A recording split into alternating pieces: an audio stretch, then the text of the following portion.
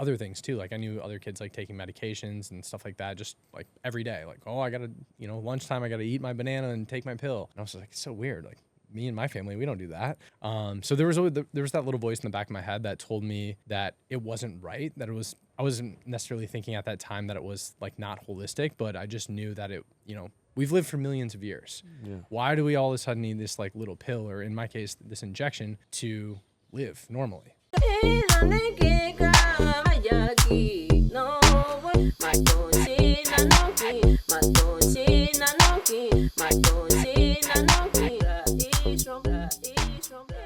Hey guys, Troy Casey, Certified Health Nut, reporting live from planet Earth. Today we're in Sayulita, Mexico, and we are on a bioculture retreat, biocultureretreats.com. It's been an amazing connection with like-minded holistic health individuals and a lot of influencers that have really good influencer. And I found Denny here, Denny Echelbarger. Yep, correct. Denny Echelbarger, not Engelbert Humperdinck. Not Never heard that. You ever heard that dude's No. name? He was a musician or a personality, I think, back in the 70s. I think he was a singer. And so Denny Echelbarger. And so interesting fellow. I met him here. The one thing that really impressed me down here in Mexico at this bioculture retreat was the amount of fit individuals with good skin. And we're not talking about steroid fake fitness. We're talking about like raw milk, regenerative farming, grass-fed animal, like healthy, like grounded, tan, supple muscles, cuts in the deltoids, in the pecs, and like really fit human beings down here. I'm very impressed because I don't see people that have a lot of good tissues these days. And I did move away from California recently, but again, it's just not a lot of healthy people on the planet today. So it was nice being surrounded by, approximately 20, 25, extremely healthy individuals. And then lo and behold, Denny had his hair in cornrows, which I thought was really cool. I need to get your hairstylist because I want to try that. But I go, let me follow you online. And then he's this guy with the hat. And I'm like, I share his content all the time. It's like super intelligent, smarty pants content. And I'm like, yeah, like I get off on that. Like human beings that think things through and then put together a nice presentation. And it's viral content. So congratulations on your content. We're going to hear about him and his brand. And so, but why don't we just start, tell us a little bit about yourself, where you grow up, and then get into your come from. What made you do the type of content that you're doing? Yeah. First off, I'll start with the fact, the cornrows, my hairstylist, that was a first time ever. So her name is Ashlyn. I literally typed in cornrows on Yelp before I came out here. And the first person that answered the phone, I called three locations. The first one that answered, I was like, hey, I need cornrows like ASAP. It's something I've always wanted to do. My hair's nice and long. Can you give me cornrows? And she was like, yeah, tomorrow morning at 8 a.m. So that's where I got the cornrows. If you want that connect. How long did that take, actually? It was like 2.5 hours. Okay. I don't know if I can sit in the chair for that long. I like gangster braids. My daughter does them for me, and they only take about 10 minutes. So, but I would like to try it eventually. But when I saw you with the hat on, I was like, oh, shit. I saw it on the Instagram when I added him, and I was like, oh, you're that guy. I was like, I got to interview you. Yeah. And so, awesome. I'll take the cornrow conversation later. Yeah. So to get into, I guess, where I'm from, kind of how I came about living healthy or a holistic lifestyle. Grew up in Michigan, born and raised. I guess you could say my family has always eaten pretty healthy. My dad he goes to Europe like 2 or 3 times a year for business trips. So he's been to Italy specifically about 50 or 60 times. Italy, that's actually where I started. Italy was where I started my health journey. So, okay, so go back to your dad's traveling. Interesting, yeah. Yeah, so he would come back and we would always eat like really good food. Like he would make great dishes, mostly like Italian pastas. Granted, looking back at everything now, I was eating like a ton of glyphosate and all the noodles that we were eating, but he would make really good dishes. Home cooked meals. Yeah, yep. Well, I mean, I would say we probably had home cooked meals probably 5 nights a week. Like sat down as a family, did like the traditional style dinner, which I feel like less and less people are having today. Well, and it's very important as well because I did a lot of research when I had brain fog, and psychologically, I think 7 out of the 10 highest recommendations psychologically for mental health was sharing a home cooked healthy meal with friends and family. And so I've been practicing that because most people don't do that again. And I make sure I provide that for my children. And so I eat pretty much predominantly all my meals at home. I have a business partner that I went through the Czech Institute with. He stays with me often, and actually most of my good friends and tight inner circle are Czech practitioners. So if they're staying at the house, then we're cooking high quality stuff. Yeah, I think that's amazing. And, when you look at today, like what everyone's doing is just like ordering some takeout food from DoorDash and eating it in front of the TV. We're overlooking everything that like, well, for example, the Blue Zones, like all of them, they have a great, strong sense of community. They're sharing meals together every single day. And I think we just get so caught up in the day-to-day lifestyle that we just, we get home from work, we're tired. Maybe if we're healthy, we go to the gym. And then other than that, you just order some takeout food and sit in front of your TV for 3 hours and you wake up and do the same thing again tomorrow. So yeah, I was very fortunate to have, to share the family dinners together with my 3 siblings, my parents. And then, so, generally we were healthy. And then fast forward to about 16, 17 years old, there was times where I was struggling being able to walk. Like I would just get up out of bed, not really be able to get right up. It would take me 10 or 15 minutes to like walk to the bathroom. And went in, didn't really find anything. I did some PT here and there, saw some chiropractors here and there. They're like, maybe you're just stressed out, whatever it is. Didn't really know what was going on. Then I would have something similar to that, but with my eyes, was getting arthritis. I didn't know at the time it was arthritis in my eyes. It was, it's called iritis. Fast forward a little bit further, all of these things were connected. So I found out in 2017 that I have ankylosing spondylitis, which is an autoimmune disease where basically your spine just starts fusing together. And some of the symptoms of that autoimmune disease are also the iritis. So I was getting the iritis. I went into a hospital I went to UCLA, and they asked me if like you had any of these other issues. And I was like, yeah. And they're like, oh, we should test you for ankylosing spondylitis. And I was like, what the heck is that? Did some blood tests. Within 45 minutes, they had me downstairs and they smacked Humira on my lap. And they're like, all right, here's Humira. You basically just take this injection every 2 weeks for the rest of your life. And I was like, what? Like, I'm a healthy person. I do healthy things. I've never been overweight. Why do I need this medication? So they're like, do you want us to give you the first injection right now? Or do you want to like take this, watch a YouTube video and do it yourself? And I was like, I'll take it home, do my research, and, make my best judgment then. So I remember going out to my car, looking at this like Humira shot, just like crying in my car for a little bit. And I was like, there's no way that this is my life. Like I'm relying on this. I'm going to keep going blind maybe in my eyes. Maybe I won't be able to walk. And then I went home, did a little bit of research, jumped in some Facebook pages. That's what scared the shit out of me, is I started getting in Facebook groups with showing ankylosing spondylitis, groups of like communities of people that have this autoimmune disease. And like some of the first pictures that popped up were like guys' backs cut wide open, like surgery, other people at like 35 years old, like not able to walk. And I was like, what the heck? Like there's no way that I'm going to live like this. So already being pretty healthy, that's when I pretty much started going down the rabbit hole. And then you find all the toxins in the environment and the food, and then you just become kind of a health freak or a certified health nut. And you just do everything as holistically and healthy for yourself as you possibly can. Because if you're ever in that position where you can't walk, it's something that so many people overlook. But I remember like one day specifically, I was riding to the hospital. Actually, I think I was going to a physical therapy appointment, but I couldn't walk. And I saw this like mom and her 2 kids just like walking down the sidewalk. She was pulling one of them behind in a wagon. And I like started tearing up because I was like, I can't even do that. I can't even simply put one step in front of the other without excruciating pain in my lower back. And it just like made me tear up. And I was at that point in my early 20s. And I was like, there's no way that this can be my life. So then you go down the rabbit hole. You start finding all these different things that cause inflammation in your body, and not, maybe that things that weren't just affecting me, but other things that people have issues with as well. Like, obviously gluten is a huge one for everyone with celiacs, and some of my friends had Crohn's disease. And then you just, you get down the rabbit hole and you're like, wow, there's so many things out there that are affecting our health. Yeah, so let's talk about Humira. What did you find out about that drug? Like, what was it for? Did you inject it? Did you do your research? What were the side effects? Yeah. So I looked into it a little bit.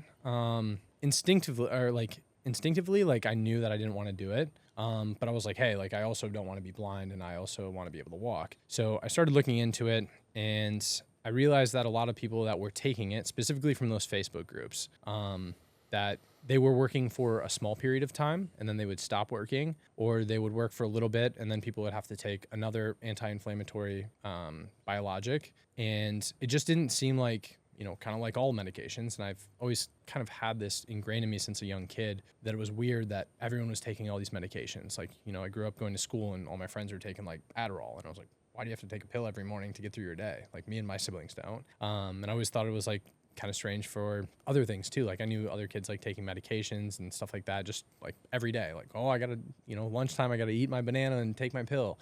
And I was like, it's so weird. Like me and my family, we don't do that.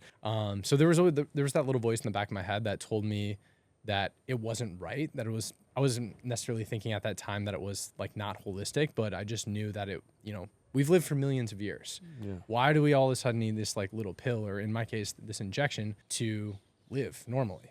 Like, so it sounds like you had a little bit of common sense and intuition kind of working for you. That's what I would call it. Yeah, and so you intuitively weren't interested in taking this drug, and the side effects were talked about on the Facebook group, and so I'd just like to bring up, because I always talk about RFK's work, and I went to a private dinner with him, and he talked all about the poison injections and the schedule for children and the Harvard and Yale data looking for safety and efficacy. And he said he found neither, right? And extensive research. This is an intelligent man. And he had a very big family, the Kennedys, and peanut allergies and all these newfangled diseases were non-existent that now are very existent. And what he said is that these poison injections, or his data or his research showed that these products maim individuals and make you a customer for life for other products. It sounds like Humira might have been one of those money-making, profiteering, elements. I had digestive issues my whole adult life, and again, that brought me to my own fitness level and going down the rabbit hole, becoming the certified health nut, doing as many possible things as I could with holistic health to become what I am today. And I still deal with some digestive issues, and call it Crohn's, call it IBS. I don't really think you really specifically need a name. I think there's health and there's disease. And, either the body is vibrant or it's got a problem. And so you navigated that. Tell us a little bit more about going down that rabbit hole and what you discovered. Like, what did you discover about the etiology and the root cause of what you developed? Yeah, so I would say like pretty much doctors weren't really taught about it much at the time, but most important thing was gut health. And, we're finding all of these things that are in like almost everything that's processed, and how bad it is for the gut microbiome and how that affects us not only physically, but also mentally. So that's where like I really started honing in on. And then just like I put most of my focus was there, but then just like stress and like our day-to-day lives and like how, overworked we are at all the time. And then then you factor in things like blue light and your sleep, and like there's just so many realms or areas of your life that you can improve on. And I would say like for me specifically, like the greatest changes that I made were like in gut health. And again, I was eating really healthy. Like I used to do like bodybuilding when I was like in my early 20s. And at that point you think you're eating healthy, right? Like chicken, rice, and broccoli. Like, yeah. I mean, it's healthy. Like, look at these guys. They're jacked out of their mind. They're super healthy. But yeah, I wasn't eating like organic pasture raised chicken. It was like whatever Costco sold, like the best bang for the buck. Just your typical jasmine rice, and then broccoli that probably wasn't organic either. Actually definitely wasn't organic. I was getting like the big bags again from Costco. So, there's assumingly pesticides and glyphosate sprayed on all that.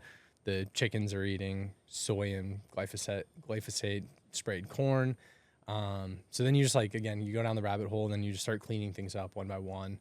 And just really, my biggest focus now is just like literally getting the best quality food that I can possibly get. Like I'll go to my farmer's market and buy everything that I can. I'll talk to the people that are selling me all the food. Santa Monica? You go to Santa Monica? I go to the one in Torrance. Torrance Farmers Torrance. Market. Okay. Yep. Okay, that's right. You moved to South Bay, right? Yep. Yeah. And so, yeah, I went to the Santa Monica one, which is one of the best organic farmers markets, I think, in the world for years when I lived in Santa Monica. And so you're down in Torrance now. My friend lives down in Manhattan Beach. She goes to that one as well. Yeah. And so it's a pretty big one. Yeah. It's on Saturdays, it's like pretty big. And for me, from Hermosa, it's like 15 minutes. So yeah, Manhattan, Hermosa's 15-minute drive. And you're sourcing good regenerative farm, grass-fed. Yeah. Yeah. Like my meat, which is like one of my favorites, all that regeneratively raised. It's got, you can get like bone dust in it with some liver and heart in the blend, in the meat blends. Then and then the person that I buy my eggs from, they sell chicken too. I don't eat a whole lot of chicken, but their chicken is really good. Then one of my like most favorite things that I've been buying is like they get coconut milk straight from Thailand. And I lived in Asia for 10 months. So I was drinking coconuts every day. And like to get that back in America, like right at the farmer's market, like they got me going back every week just for the coconut milk and the coconut water alone. But yeah, like I try to talk to the farmers, and everything I buy, I'll ask them, like, some of them will put their banners up and they say, what do they say? We eat what we sell. Yeah, exactly. That's exactly what. And then you're like, oh, is it organic? And then some of them are like, oh, we don't spray. So I'm like, so it's not organic? And then if they don't give me a straight yes answer, I'll go find like that food organic down at one of the other stalls. So yeah, I like to talk to them. A lot of them are super friendly. Some of them are like really good friends of mine now. Right. So it's really cool. Like, and I encourage more people to do that because it's so easy to just walk through the grocery store and grab whatever things you want here and there. But really knowing the person that grows your food, and especially if you want to get into like the whole spiritual sense of it, it makes it so much more powerful. And then if you're going to pray before your meals and all of these things, which like all these things also, like if you get really in tune with it, then it can help that digestion and everything from where it's sourced to like the person that grows it to it on your plate to you passing it through to your toilet. Like it's and it becoming you. Exactly. Literally feeding every cell in your body. Yeah. Yeah. Yeah. And so, yeah, Paul Chek talks a lot about this. Yeah, have you seen any of Paul's work? A little bit. You've talked a lot about him, so I'm going to go home and dive in. Yeah, you'll love him. And then I recommend going down and meeting him. He has workshops. It's only $500 a day, and he does amazing workshops. And he's in Cali, right? Yeah, he's probably an hour and a half from your house. I'll hook you up with it, and he just has incredible workshops, and it'd be totally up your alley. He'll blow your mind. He doesn't stop talking, and he just talks about all sorts of great stuff, and you can go stack rocks with him. And it's like, if you like lifting weights, it's like, go try and stack these big ass rocks that don't smash your toes. It's like, it's really conscious work. And so I'll hook you up with him. You'll love him.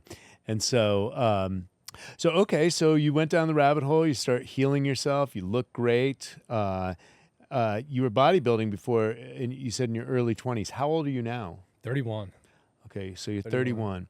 And talk to us a little bit about your Instagram page. Are you on any other platforms? I've only seen you on Instagram. Yeah, I post on all of them now: Facebook, YouTube, TikTok, and Instagram. Yeah, that's it. But my Instagram's the biggest by far. TikTok's like terrible. My YouTube's pretty good, and my Facebook, I wasn't able to like connect my Instagram and Facebook for like the longest time. And I got it connected like 6 weeks ago, and that's already taken off pretty well. So I think if they were connected from the beginning, I would be like ahead on Facebook even. It's just like a little bit of an older audience. It's still a great demographic. Yeah. It's very alive, and it's really weird because I got like a couple 100,000 a few years ago out of nowhere, and but it's still good. So if you're there, you're in the right place. Yeah. And you have pretty big numbers, I think 400,000 or so, close to 500,000, on Instagram. That's huge.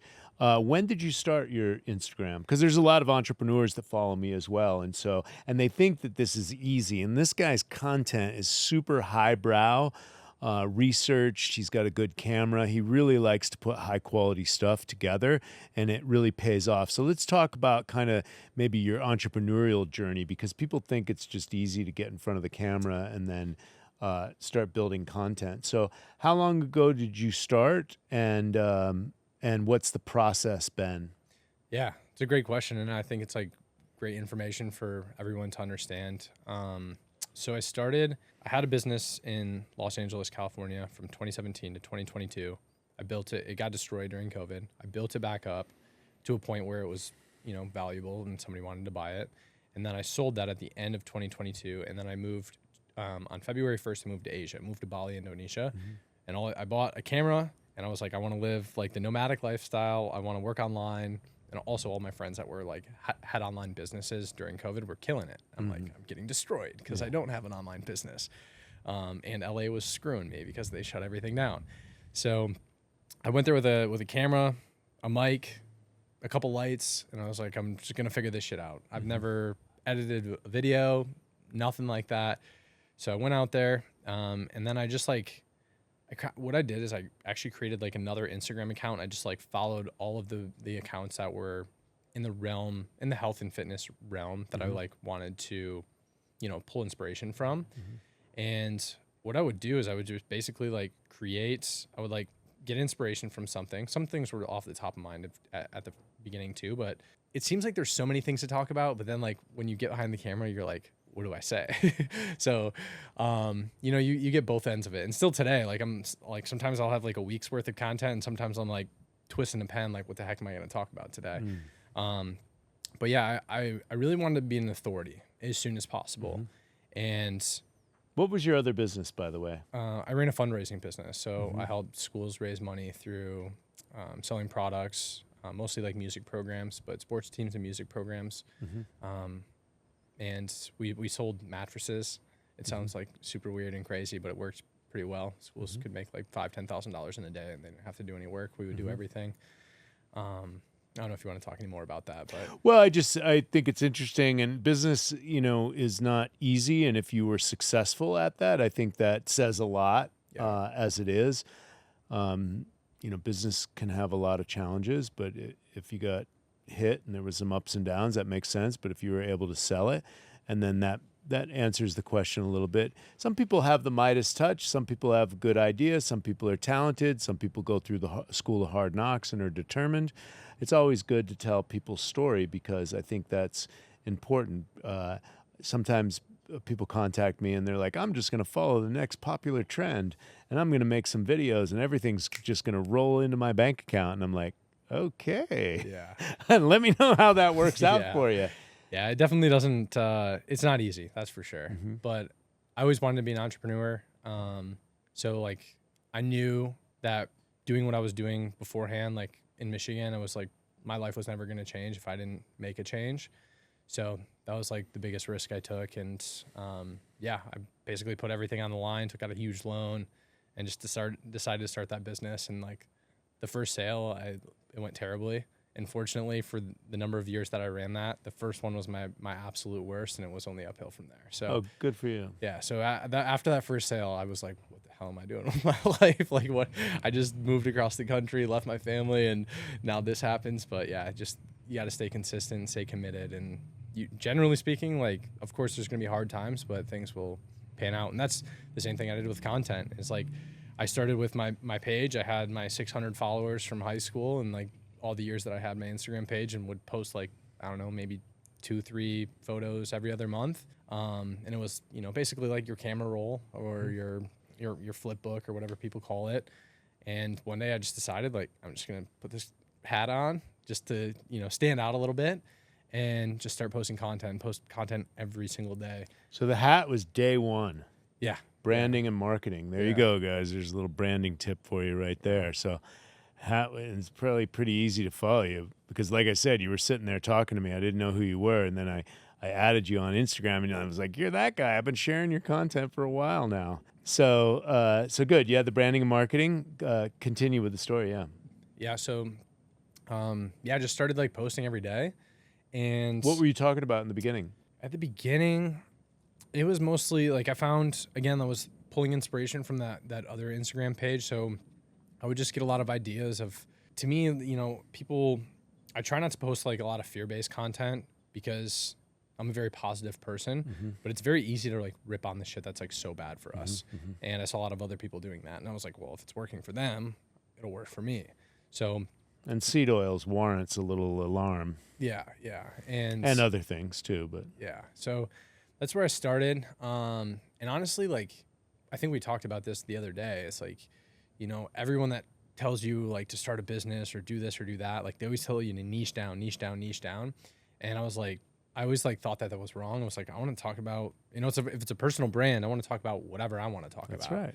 right. So I would recommend that to everyone. Like, don't niche down too much. You know, like obviously, Unless you want to be a gimmick, and Yeah. gimmick, you can make money with gimmicks. There's no doubt about that. But I'm a full-fledged, full-blooded human being that's extremely dynamic, and I like to talk about health and consciousness. And we're only conscious to the degree we're healthy, and we're only healthy to the degree we're consciousness. And consciousness is in the domain of fucking everything. yeah, literally. So I get to talk about everything. Exactly. And I love that too. It's because, you know, it's just, I mean, you can be a know-it-all in health, and even if you know it all, like you don't actually You know it certainly all. don't. The more Yeah. I know, the more I realize I don't know. Exactly. Anything. Exactly. And then, you know, you just carry that over to every aspect of or category of life. And, you know, even just things like this, like bioculture, like you can learn so much from so many different people that are all, you know, health is their passion, but they all do different things. And there's so much that you can learn from each individual. So I wouldn't necessarily get locked into niching down, but yeah, I guess fast forward a little bit, I just like started posting, got a little bit of traction. It took me like 3 months to kind of have like a couple pieces like blow up or get seen by a bunch of eyeballs. And then, yeah, then I've just been like pretty consistent from there. And you find like tips and tricks and things along the way that help you get, you know, hold attention,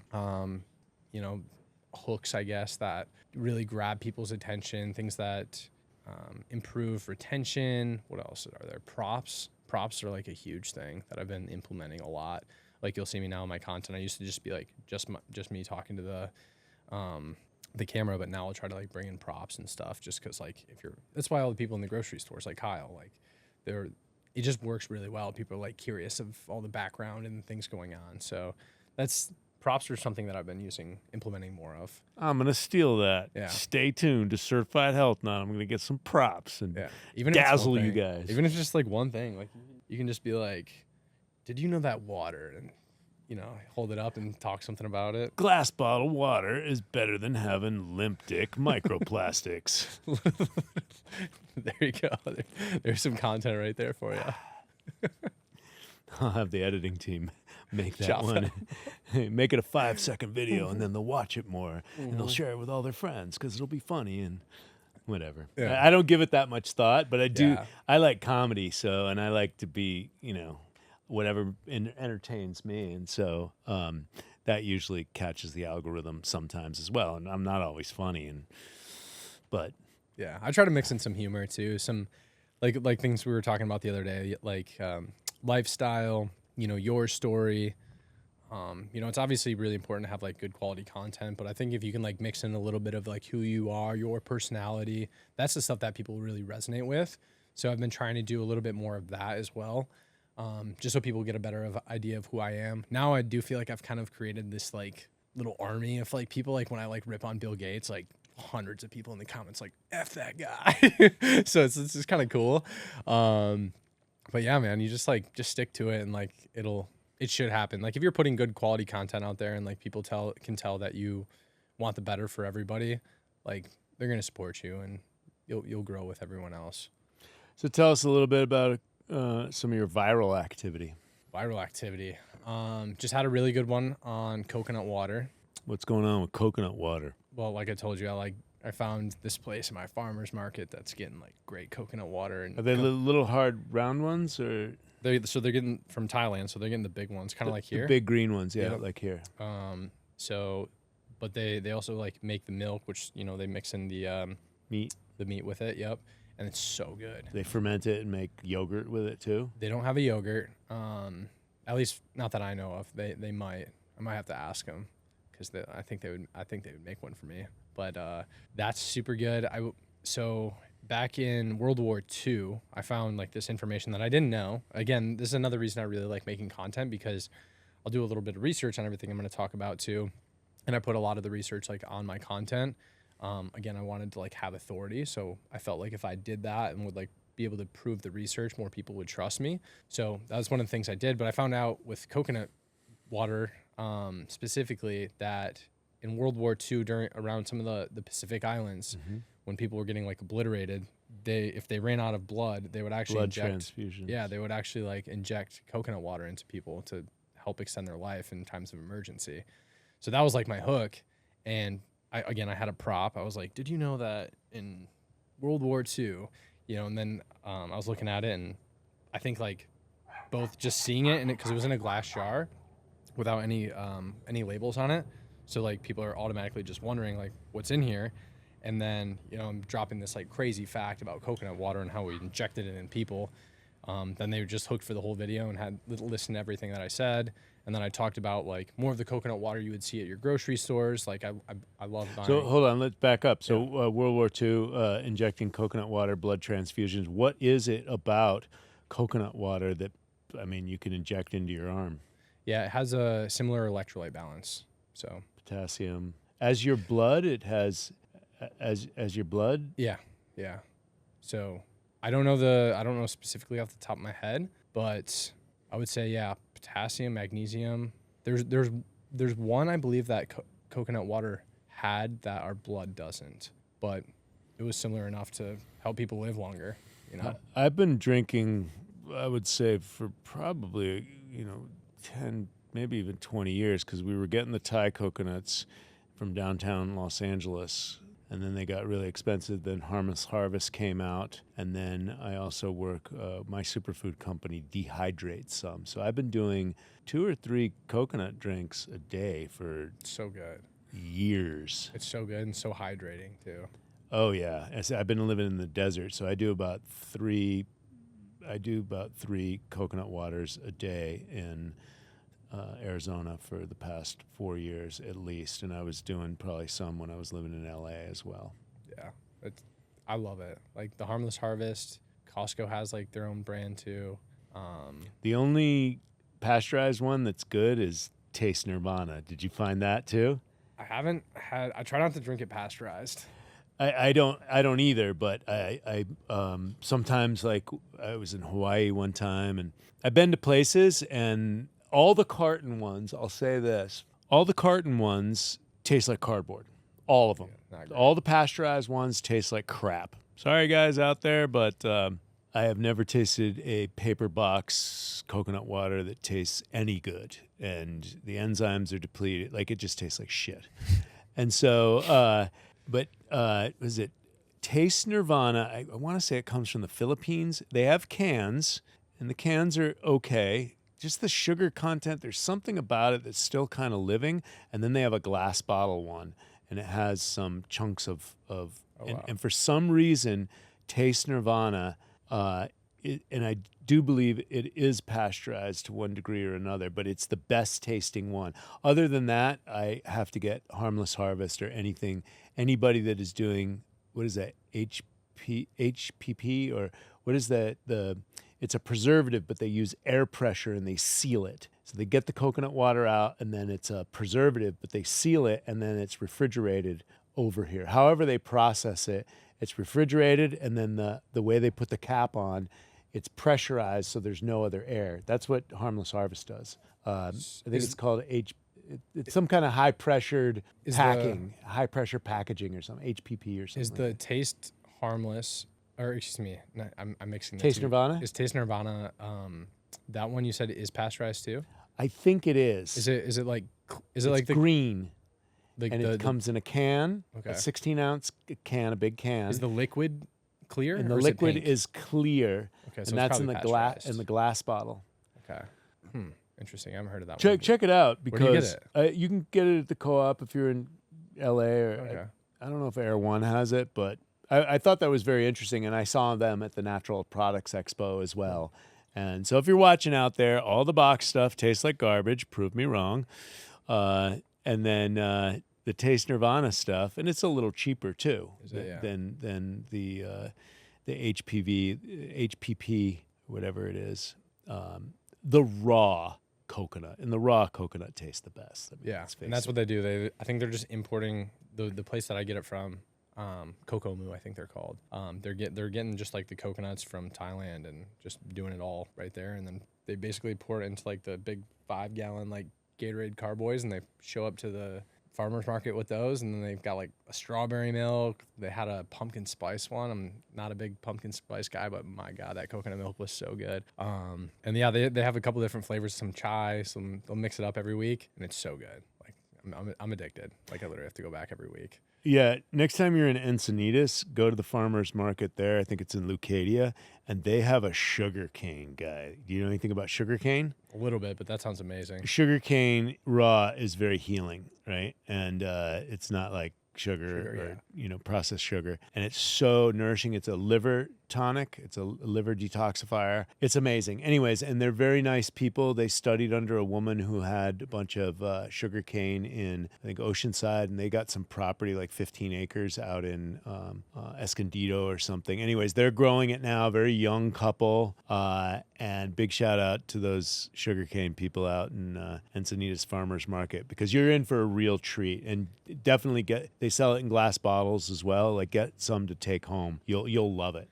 Is it like a dark compressed, like dark? Yeah, okay. I've had that in Bali. Okay. Yeah, they take the stalks and they put it through some kind of machine, and yeah, it just gives the juice. And they put lime and other things in it. I just like it straight. Some of the lime might preserve it a little bit. No, it is really good though. Yeah. If we're talking about the same thing. And it's good for you. Yeah. Yeah. And it's like a healthy way to have sugar. Correct. It's delicious. Yeah. I can't wait to get some more. Big shout out to the sugarcane people in Leucadia Farmers Market. Yeah. I'll have to jump on that. I'll have to find some more back in LA. Yeah. So you did a coconut water video. It got some viral activity. You had the prop. Was this recently? I would say that was probably one of my more recent ones. Yeah. Yeah. I've been sharing a bunch of your content. I can't even remember what it is, but I'm like, that's super smarty pants intelligent stuff. Yeah, that one, I would say I talked about the C-section conspiracy. That one went pretty viral. I probably shared that because that's the type of stuff I like. Yeah. I do a lot of natural birth stuff. Yeah.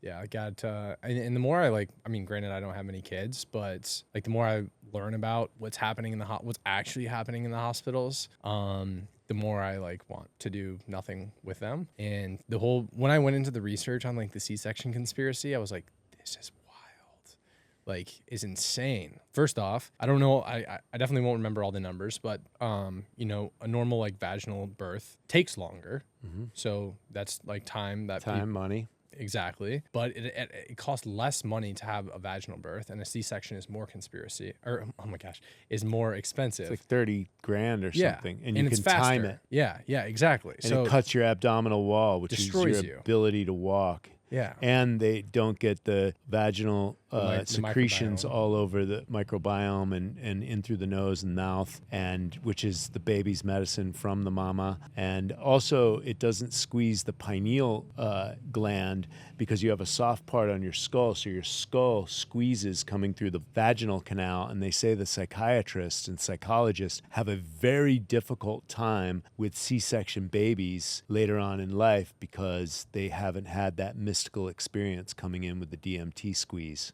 Yeah, so many things. Like kids that are born via C-section have like more asthma, more allergies, I believe more gut issues. And you're just like, then you look at like every other animal in nature and you're like, they're not having C-sections. Bloop. There it goes, right out in nature. And then on the grass, dirt, on the sand, right, in nature. And granted, like they can be life-saving, but I feel like what's happening, because you look at the numbers, and I think now it's the nation's biggest operating room procedure is C-sections. And I think it's like 1 in every 3 births now are C-section, but only about 5% of births actually need a C-section because of complications or, the risk of the mom or the baby dying. So you're like, where's this other 28% coming from? And I think it's women going into the hospital, not really knowing what's going on, not, even if you've had a couple births, like you're going to kind of just do what they tell you. You just trust that you're unconscious. You don't know. Yeah. You're programmed as well. Television shows, lights, doctors, beeping sounds. This is birth. Yeah, exactly. And then smack the baby on the bottom. Yeah. Cut the cord right away. It's a boy. Yeah. Cut the cord right away. And then then you start seeing what all these like midwives are doing. And I've had like some of the pages follow me too. And I'm like, I like look at their pages and I'm like, wow, this is like so much different. And then you get into like the vaccine schedule, and then you're like, okay, there's no way in hell I want my kid born in a hospital.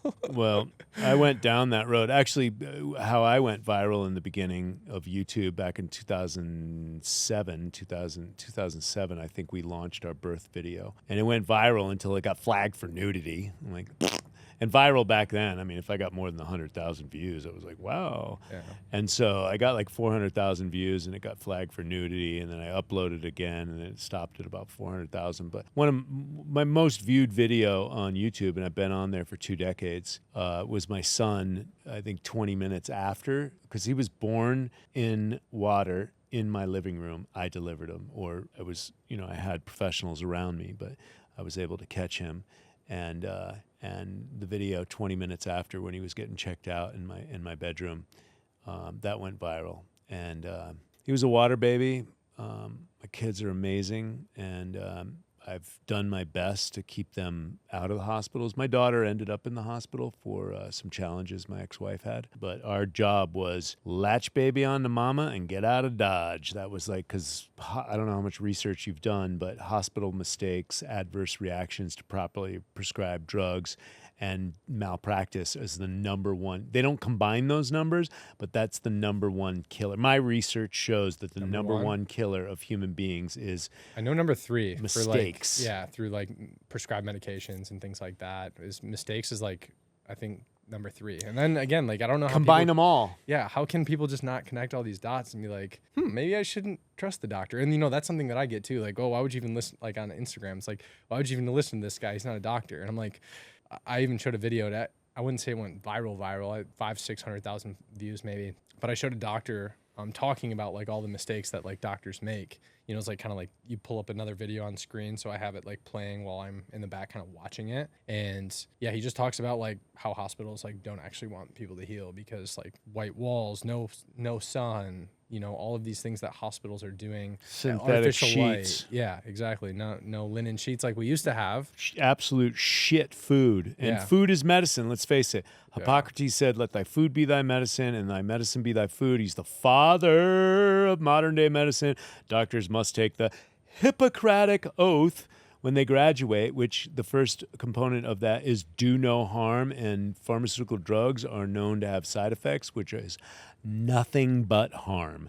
So we live in an inverted world. The Bible talks about the end times and how it's all tricked out. And this is kind of what we're going through right now. And so I like to remind people, because I studied with a woman that was born on the prairie in Wyoming, and she gave me a book of natural remedies. And she was an old woman.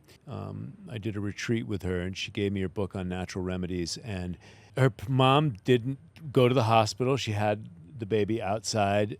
There was no doctors, pharmacies, or even stores or hospitals, so they got their medicines out in the bush, the field, the herbs that were naturally put here for us by God. And so we've just gotten so far away from that, and you just need to study the history of Rockefeller medicine. And a good one for you to watch if you like, because you're smart, I would follow James Corbett. He's a very interesting guy. I don't know where he went. I don't know if he got kicked off of YouTube. It's probably especially since Schmovid situation. But James Corbett and the Corbett Report, he had a 44-minute video on Rockefeller medicine that really details all the clandestine things that created this business and petrochemical byproducts from oil. And the Rockefellers were oil men, and they created the industrial age school system to make good factory workers. And so it's pretty incestuous the way they set up the modern industrial world. And it's well documented too. People go, it's a conspiracy theory there, son. And it's like, okay, yeah, well, conspiracy really just means factual nowadays. I think we learned that over the last few years. Yeah. It's crazy. I don't know why, like, that's one thing I'm like really wondering is like how, like, what do we need to do to like make more people wake up? Like, I think like the whole schmovid, as you called it, like that whole ordeal was like a great opportunity to learn from. And I think a lot of people have like kind of woken up because of the way that it played out, but still so many people will Sleep. Yeah. So many people got so much poison injected into them, and they continue to do that, and they continue to question the healthy people. Like, I made a video about me not wearing sunscreen. I choose to put only natural, beautiful things all over my beautiful skin, and I don't put chemicals, and I don't wear sunscreen, and I get copious amounts of sun. And people, they said I was spreading misinformation. I was talking about myself. And then Like, you got flagged by social media pages? I'm not sure if I got flagged, but TikTok, the people they wanted to see me canceled and arrested. Like, arrest this man. He doesn't wear sunscreen. He doesn't wear a sunscreen. Get him, And I was just like, wow. So Schmovid was a catalyst, I do believe. There was a great movie called #DiedSuddenly about the Schmovid booster situation, injections, and how many people just died suddenly. But the world is very weird and interesting right now, and I do believe people are waking up. The Mayan calendar talked about, we're in Mexico right now, and 2005 was my first trip down here. As soon as I found out, Denny, that there were pyramids like a few hours from my house on a plane, I was like, they didn't tell me that in school. Yeah. There's fucking pyramids down here? Let me go look at them. Wow. And I walked them barefoot and was like, there's some other kind of technology that was here. Like, this is interesting. And I wasn't told about this. Then I went down into the Incan temples down in Peru, and I went to Machu Picchu. Nice. And so I started studying more esoteric information and found out about Nikola Tesla. And I'm like, we could think differently. We could think beyond the industrial age. Plus, I am living proof that natural medicine, herbal medicine works, right? It functions to a certain level. I'm healthier than the average statistic. So I started to wake up. And so I don't know if you can really wake human beings up. You can only live by example. And I like how fit you are, and how clear you are, and how glowing your skin looks, and how much of a natural lifestyle, and you're connected to your farmers, because this is the truth, guys. Everything else sold in the commercial conduits from media, etc., is bullshit. It is lies. And you get also the social media has all now the marketing and Lambo bros that are all jacked up on steroids and commercialism as well. This is just another form of commercial fuckery. These are slave mind, beta cucks that get caught up in this, and they don't know what they're doing, but they think they just have to survive. And to survive, they have to rip other people off by bamboozling them and manipulating them through, psychological techniques of, sales and marketing tricks. Sales, yeah. Right. Edward Bernays, propaganda, manipulation, playing people at their base emotions. And it's like, if you don't buy my shit, you're fucking your family over, and you're not a good man, or, you're a fat pig because you don't, buy my shit. But they're not telling you that they're on steroids, right? They're not telling you their secret diet and exercise program. Yeah. And so, or how many drugs they're on, or pharmaceutical drugs they're on, or Adderall, or grams of caffeine each day. And like, I don't want to emulate that stuff. Yeah. Even David Goggins, who I love to death. I love his mindset, right? He's an interesting piece of entertainment.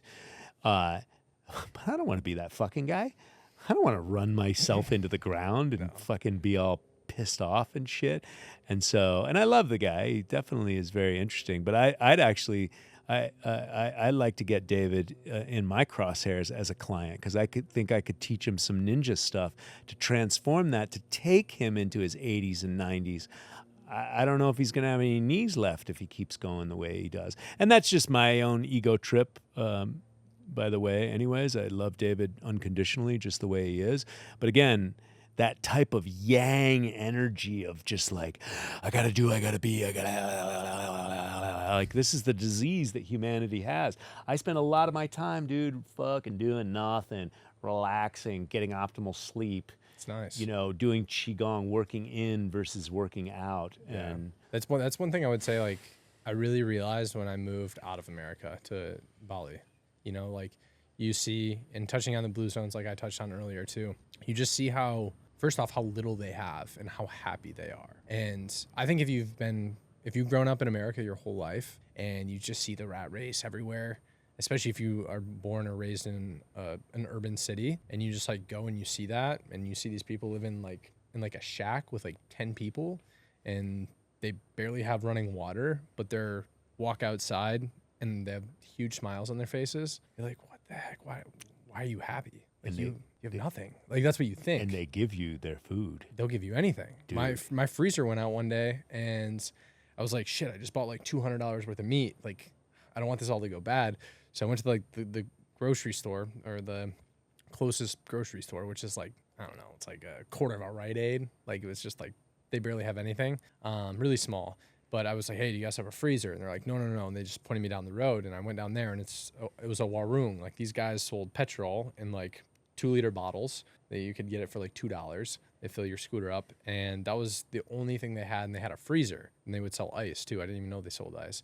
And they were like, bring all your meat, like, do whatever you have to do. I wanted to pay them. They wouldn't even take my money. And I was like, wow, like, this is like, I couldn't even, like, in America, well, in Los Angeles, like, if I asked my neighbor for like a cup of flour, not that I use flour, but that's just what bakers and everything would always reference. I don't know if I would be able to get it. But these guys are just letting me store my meat and like take up half their freezer, 3/4 of their freezer, until I get my problem fixed out. And yeah, it's just like, you just realize like there's so much more to life than like the rat race and like making millions of dollars and driving a Lambo or whatever it might be. And just like really relaxing and like living a stress-free life is like really the win. Like, that's what we should all be striving for, honestly. It's just like having a good life, covering the basics. Like, you need money to live. I think you've mentioned that earlier. But at the end of the day, like, you don't need a 10-bedroom mansion on the top of the Hollywood Hills. Like, you just need to meet ends and have a good relationship with your family and friends and be happy. Like, ultimately, being happy today is very difficult for most people. That's the real luxury. And you know, my whole lifestyle and business is set up so I can spend more time with my children. And also, my job as an entrepreneur in the holistic health and wellness space is to fucking be healthy. I wake up and go to the gym every day, and you know, I work just like everybody else, but I have to live what I'm preaching. Yeah. And so lowered stress levels, hanging out with my children, being available for my children, shopping for good food, having enough time to cook that food. And so, yeah, it's all about the lifestyle. People want that, hey, what magic pill, you know, my grandmother got cancer. What do you have for that? And it's like, you know, what do you have for this aches and pains, you know, spinal stenosis or whatever you said you had. And it's a lifestyle, baby. You need that sunlight. That's the source of all life on the planet. You need the grounding. You're electromagnetic. There's a lot of pollution with electromagnetic frequencies and electromagnetic radiation. And so navigating all of this and just basically getting back to nature. I think we've been denatured. We've been domesticated. 100%. And that's our electrical field has been turned off and dumbed down. That was actually my first viral reel ever. It was like grounding, like 12 million views. It's like just grounding. And people are like, this is a crock of shit. Like, it seems like it because we're so like, we're in the, like, this technology, like 2020, like AI, whatever it is. But it's just like, dude, we just got to get back to the basics. It's actually so simple. Like, it's just like, we make things more difficult than they have to be. It's just like, go outside. Like, again, the source of all life on earth, like the sun, good air, water, and food. The oxygen is rich here right now, that jungle energy. And I have no foot prisons on my feet. I thought that was kind of a hippie saying, but I put the pair of Vans, somebody gave me some nice purple Vans recently, and I don't wear shoes. I wear almost no clothes all the time. It's hot in the Valley of the Sun in Scottsdale. I put on these Vans, and first I got a blister because I had no socks. I was in LA briefly, and I brought them back home, and I think I tried to wear them once, and they hurt my feet. I mean, my feet are so barefoot or in Earth Runners or Vibrams over the years, and maybe when it's cold out there, I can wear a little bit of a boot on a cold day or something like that. But dude, they are real legitimate foot prisons, man. Like, that's not just a hippie moniker. That's like the real deal, man. Yeah. And that's another thing too. Like, again, I think everyone should travel if they get the opportunity to, especially if you've been in like one area the whole time. But like when I was in Asia, I never really noticed this in the States, but like, well, you'll notice, like, especially women in the States, if they've been wearing, or if they've been working like any sort of professional job and they have to wear like heels all the time, like their toes are just jacked up. But like in Asia, I mean, like, you know, most people's feet are like almost like my hand right now. Like every toe is like spaced out. They're almost only wearing flip flops or barefoot. The thong flip flops. And then you like look at their feet, and then like when it clicks with you, like, hey, like what do people in America, like, what do their feet look like? And you just know, like, I mean, even mine, like, I played hockey and everything, like, my feet are all jammed together from ice skates and shoes. But, like, you know, our feet are like this and their feet are like this. And you're like, wow. Like, and that affects your posture. Affects everything. Neck yeah. pain, back pain. People trip out on my Vibrams because I have the red hemp ones. You know, they're bright, and I wear them in the gym. And people are like, especially the old people, they're like, "What's that?" And I go, "This is good for the posture. It gets rid of neck pain and back pain." And they go, their eyes get big. Right? Like neck pain, back pain? Yeah, they're like, "Oh, that's kind of weird, funky." And then I say neck pain and back pain, and their eyes get big. Yeah. I've got some grounding shoes too. I love them. I wear them like pretty much all the time. Rizols? Yeah. Yeah, I got Rizols too. Those are awesome. They're fantastic. I like all the people that make good natural shoes. Big shout out to Earth Runners. They are by far my favorite. Yeah. And so, well, great, man. We could talk forever.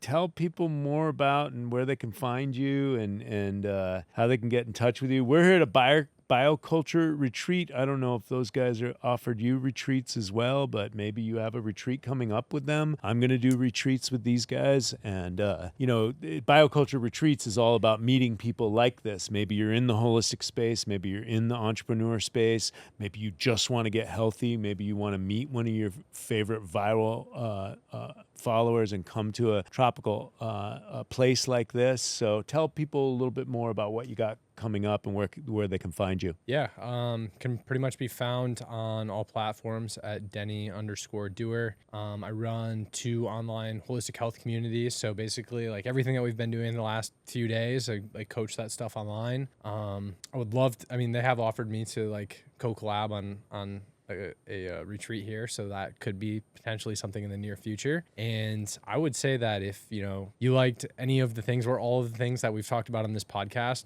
these bioculture retreats would be something that everyone should look into. This is, personally speaking, this is probably one of the biggest groups of people that I've been around that sees like kind of eye to eye on everything. I don't know how, I'm sure there's like been some big conferences and stuff that you may have been to, but I would say that there hasn't been one person here that I don't click with, you know. And I think it's really cool because, living in Asia and living in like different places and being like around holistic or crunchy people or whatever you want to call it, this was like the group that I clicked with like most. So yeah, I get a little plug there for bioculture, but yeah, I'm pretty much on all platforms. Denny Doer. I'm super passionate about the holistic health and learning more about it every day and posting as I learn as well. And yeah, that's about it. Well, thank you for coming on and sharing yourself. We'll have you on again. Maybe we'll do some short form as well. And so I encourage everyone out there to follow Denny and throw him a comment or a DM and say, "Hey, I saw you on Certified Health Nut podcast." And and then maybe we'll be doing one of these retreats together in the future. And so if that's of interest to you guys as well, drop a comment in the box. And ultimately, have a great day, guys. Love you so much.